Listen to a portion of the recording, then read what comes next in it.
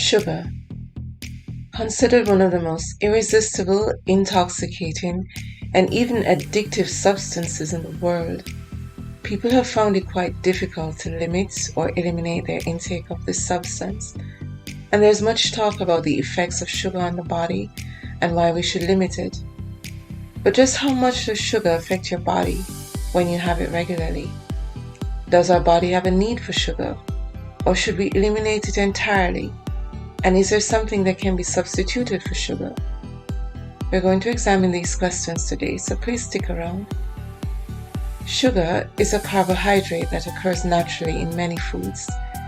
It is also added to many products by food producers. So if you're not careful, you can end up consuming too much of it, which can lead to your blood sugar levels being too high. Sugar doesn't always come in a sweet form. It can hide out in foods you didn't think would contain sugar, such as ketchup, barbecue sauce, and salad dressing. So you need to read the label of food packages, and you'll see that there are other terms that are used for sugar, such as these. And consuming starchy foods such as white flour, white rice, pasta, and white bread, to name a few, can cause your blood sugar to surge and crash, also because these starchy foods are complex carbs that the body breaks down into simple sugars. So sugar is out there in many forms, and as irresistible as it may be, all the experts advise that we drastically reduce our intake of it, and with good reason. Consuming too much of it can have adverse effects on your health. Come with me now. Let us take a step away from the sweet and examine how this substance can become bitter for our health. Having an excess amount of sugar affects the body in many ways. One of the most obvious such effects is the excess weight gain that added sugar causes. Sweetened drinks such as sodas, juices, and sweet teas are loaded with fructose, which is a type of simple sugar. Consuming fructose increases your hunger and your desire for food more than glucose does.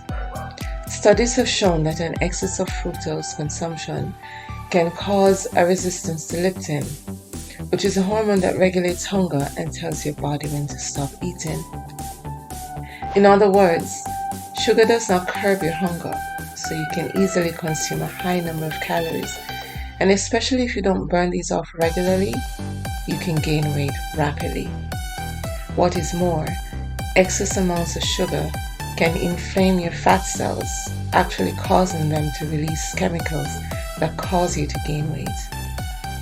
Here's a question for you. Does sugar actually cause diabetes? The answer is sugar itself does not cause diabetes, but having too much of it can get you there. Stay with me now. When you eat, your body breaks the food down into sugar or glucose and sends it into the blood. As the levels of sugar in your blood rises, your pancreas releases a hormone insulin, which then helps to remove the sugar from the blood and place it into your cells. When sugar enters your cells, it is either used as fuel for energy right away, or it is stored for use later. When sugar stays in your blood, or if there's a lot of blood sugar in the bloodstream, the pancreas pumps out more insulin to get the blood sugar into your cells. Over time, the cells may stop responding to that insulin. They have become resistant to the insulin. Additionally, being overweight also leads to insulin resistance, as the obesity may cause chronic inflammation in the cells, which make them resist the function of insulin when it tries to take the sugar from the blood and place it into the cells. Furthermore, obesity may mean that the excess glucose cannot be stored in the liver, because the place in the liver where glucose should be stored is filled with fat. And with no place to go, the sugar or glucose remains in the blood. If the insulin is not working well enough to remove the sugar from your blood and place it where it should be, then the pancreas starts pumping out even more insulin trying to fix the problem. Eventually, your overworked pancreas wears itself out and begins to produce less insulin. So with your cells being resistant to insulin and less insulin being produced by your pancreas, now you have developed a big problem. And this is where you may develop type 2 diabetes. Diabetes is a problem in itself, and it leads to other problems such as heart disease and a stroke. Not only does having diabetes increase your risk of heart disease, but having excess sugar can affect your heart in other ways. When you eat or drink too much sugar, the extra insulin that is produced to handle the excess glucose in your bloodstream can affect the arteries all over your body. It causes their walls to become inflamed. They become thicker than normal and stiff. This puts a strain on your heart and can damage it over time. Having a high amount of sugar in your diet not only leads to obesity and inflammation, but also high triglycerides, which is a common type of fat in the body. It also leads to high blood pressure levels and, as said before, high blood sugar. Furthermore, consuming too much sugar, especially sugary drinks, cause fatty deposits which clog the arteries. All of these issues put you at risk for heart disease, such as heart attack, heart failure, and strokes. Now earlier, I briefly mentioned the fatty liver. The liver is also affected by excess sugar intake. This occurs especially because of fructose, a common type of sugar mainly sourced from high fructose corn syrup, which is used to sweeten soda, baked goods, cereals, and so on. Now, unlike glucose and other types of sugar, which are taken up by many cells throughout the body, fructose is mainly broken down by the liver. The liver converts that fructose into energy and stores it as glycogen. If you're regularly pumping fructose into your body, the liver can only store so much glycogen before the excess amounts are turned into fat. This leads to a condition called non-alcoholic fatty liver disease. If caught early, you can change your diet and reverse it. If you do nothing about it, then over time the swelling and the scarring can severely damage your liver. Another organ that is affected by excess sugar is the skin. If you're concerned about the condition of your skin, then you have to take care of it from the inside out. The inflammation caused by excess sugar may cause your skin to age faster. Excess sugar attaches to proteins in your bloodstream and creates harmful molecules called advanced glycation end products. These molecules do exactly what they sound like they do. They age your skin. They have been shown to damage the collagen and the elastin in your skin. And when collagen and elastin become damaged, the skin loses its firmness and begins to sag and wrinkle. Now, all that sweet has made your skin wrinkled and saggy. Maturity is a beautiful thing, but sugar and sweets should not be the reason your skin is wrinkled. But sugar does not just affect the skin of mature folks. It is also linked to acne, which is something which mainly affects younger people. When you have excess sugar, the spike in your blood sugar and insulin levels lead to increased androgen secretion, oil production, and inflammation. These can lead to an acne breakout. Excess sugar affects you in many different ways. It raises your bad cholesterol and it lowers a good kind. It contributes to your having hypertension just as much or probably more than salt does. It is believed that sugar raises your blood pressure when it causes your insulin levels to spike too high. That makes your blood vessels less flexible and cause your kidneys to hold on to water and sodium.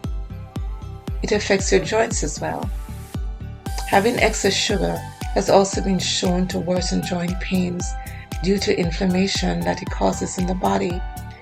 Studies show that consuming too much sugar can actually raise your risk of developing rheumatoid arthritis. This sweet substance can also steal your smile. Sugar by itself does not damage your teeth. The damage occurs when the sugar combines with the bacteria in your mouth and producing an acid that wears at the enamel of your teeth. Over time, this will lead to cavities. Sometimes we consume sweets because we need a surge in energy. But the reality is that even though we may get that rush from having sweets and sugar, it doesn't last. Foods that are loaded with sugar but no protein, no fiber or fat will lead to a brief energy boost that's quickly followed by a sharp drop in blood sugar, which is referred to as a crash. So if you're trying to keep your blood sugar and energy, it is best to have good carbs paired with some protein and fat.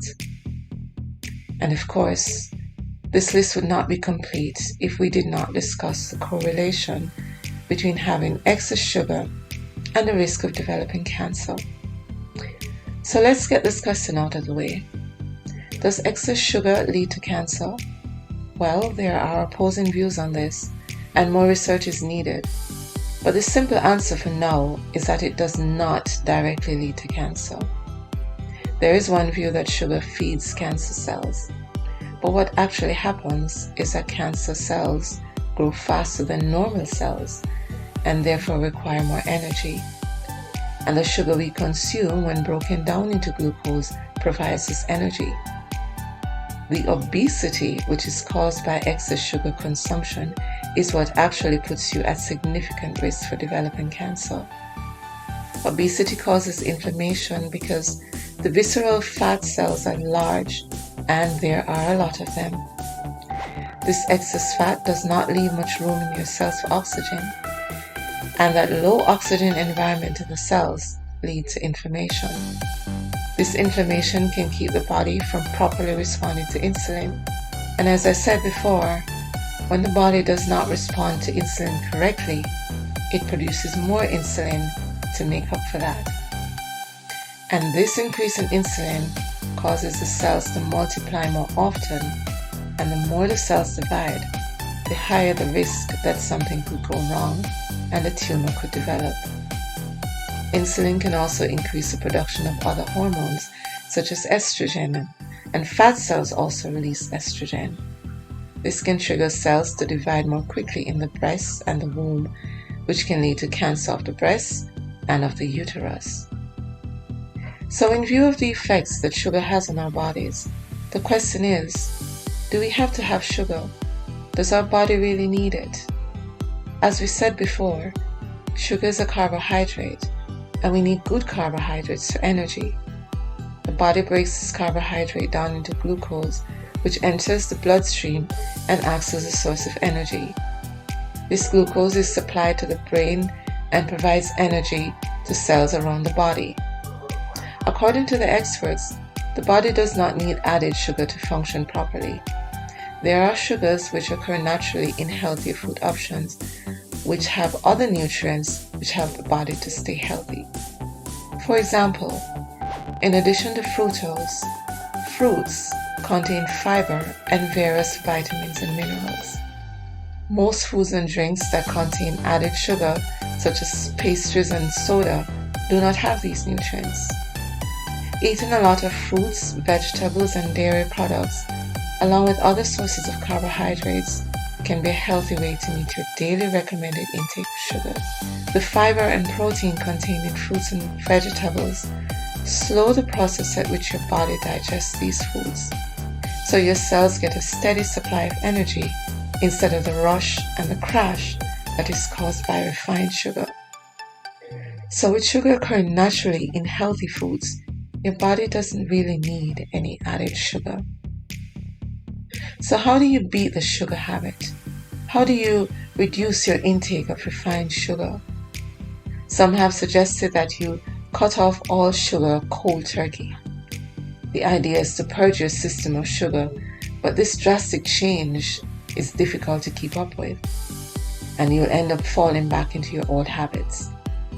It would be better to gradually train your taste buds to enjoy things that aren't as sweet.